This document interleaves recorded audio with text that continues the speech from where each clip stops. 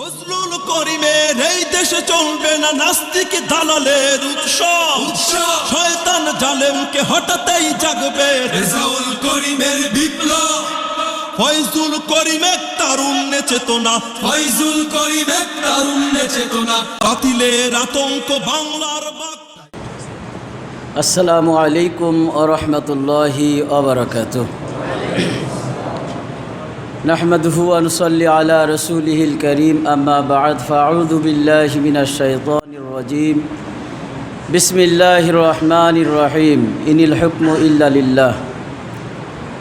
ইসলামী আন্দোলন বাংলাদেশ বৃহত্তর কুষ্টিয়া জেলার কুমারখালী থানা কর্তৃক আয়োজিত আজকের তারবিয়াত অনুষ্ঠানের সম্মানিত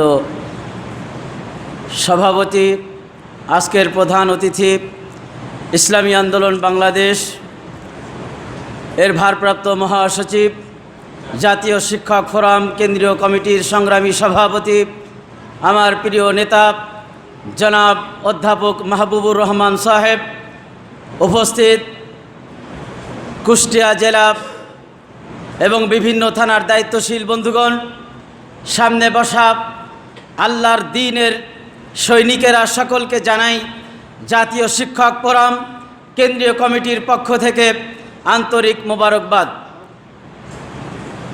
আজকে জাতির ক্লান্তি লগ্নে ইসলামী আন্দোলন বাংলাদেশ কর্তৃক যে তারবিয়াত বৈঠক অনুষ্ঠিত হচ্ছে, আজকে আমার কাছে খুব ভালো লেগেছে।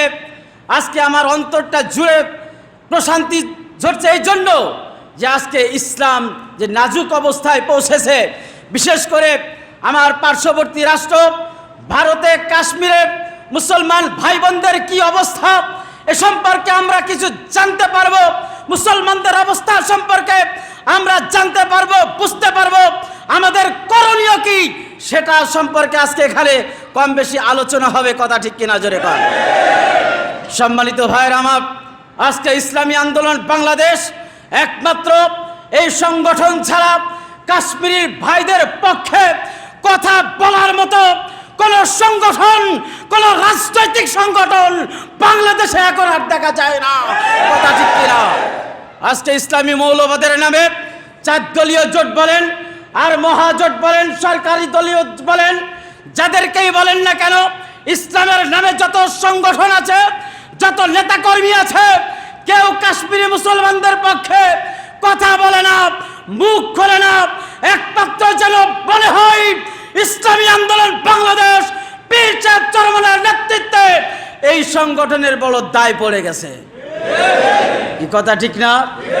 আজকে পত্রিকা খুললে দেখা যায় আমার প্রিয় শায়েখ নায়েবে আমিরের বক্তব্য, আজকে দেখা যায় মহাসচিবের বক্তব্য, আজকে দেখা যায় পীর সাহেব চরমনের বিবৃতি। তাছাড়া অন্য কোনো সংগঠনের নেতা কর্মীদের কোনো বিবৃতি আমাদের চোখে পড়ে না। ভাইরা আমার, মনে রাখতে হবে, যেখানে ভারতের এমপিরা পর্যন্ত, হিন্দু এমপিরা পর্যন্ত মুসলমানদের পক্ষে কথা বলছে, অথচ বাংলাদেশে 90% মুসলমান, 92% মুসলমানের দেশে মুসলমান নামধারী সরকার, তারপরেও মুসলমানদের পক্ষে কথা বলতে তারা সাহস পায় না। বরঞ্চ দেশের মন্ত্রী মহোদয় বলে, যদি ভারত পাকিস্তান যদি যুদ্ধ বাঁধে তাহলে বাংলাদেশ ভারতের পক্ষ অবলম্বন করবে। আমরা এ কথার তীব্র প্রতিবাদ জানাতে চাই। হে মন্ত্রী মহোদয়, মনে রাখবেন, আপনি বাংলাদেশের মন্ত্রী, এদেশের মানুষ 92% মুসলমান, অতএব আপনি মুসলমানদের মন্ত্রী। এই সাহস আপনি কোথায় পেলেন? যদি আপনার ভূমিকা থেকে আপনি সরে না আসেন, পীর সাহেব চরমনের নেতৃত্বে প্রয়োজনে আপনার মাটি নিচের থেকে মাটি সরিয়ে আপনার মন্ত্রিত্ব থেকে অবসান ঘটানো হবে। কথা ঠিক কিনা? সময় সংক্ষেপ, কথা বেশি বলার সময় নেই।